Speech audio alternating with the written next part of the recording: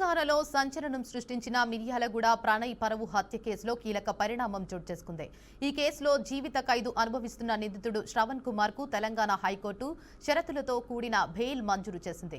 25,000 రూపాయలతో వ్యక్తిగత బాండ్తో పాటు అదే మొత్తానికి 2 పూచీకత్తులు సమర్పించాలని ఆదేశించింది. బెయిల్పై ఉన్న సమయంలో ఎలాంటి నేరాలకు పాల్పడరాదని స్పష్టం చేసింది. 2025 మార్చిలో నల్గొండ జిల్లా కోర్టు ఈ కేసులో శ్రవణ్ కుమార్ కు జీవిత ఖైదు విధించింది.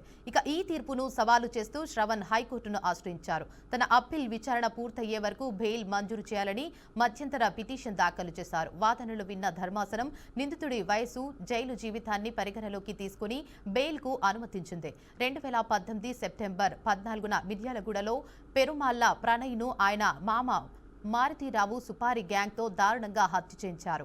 తన కుమార్తె అమృత ప్రణయ్ను కులాంతర వివాహం చేసుకోవడమే ఇందుకు కారణం. అప్పట్లో ఈ ఘటన రాష్ట్ర వ్యాప్తంగా తీవ్ర కలకలం రేపింది. ఇక ఈ కేసులో సుదీర్ఘ విచారణ జరిపిన నల్గొండ కోర్టు ప్రణయ్ను హత్య చేసిన సుభాష్ శర్మకు A2 ఉరిశిక్ష విధించింది. అమృత బాబాయ్ అయిన శ్రవణ్ కుమార్ తో పాటు మిగిలిన నిందితులకు జీవిత ఖైదు విధిస్తూ తీర్పు వెలువరించింది. ఇప్పుడు శ్రవణ్ కు బెయిల్ లభించడం చర్చనీయాంశంగా మారింది.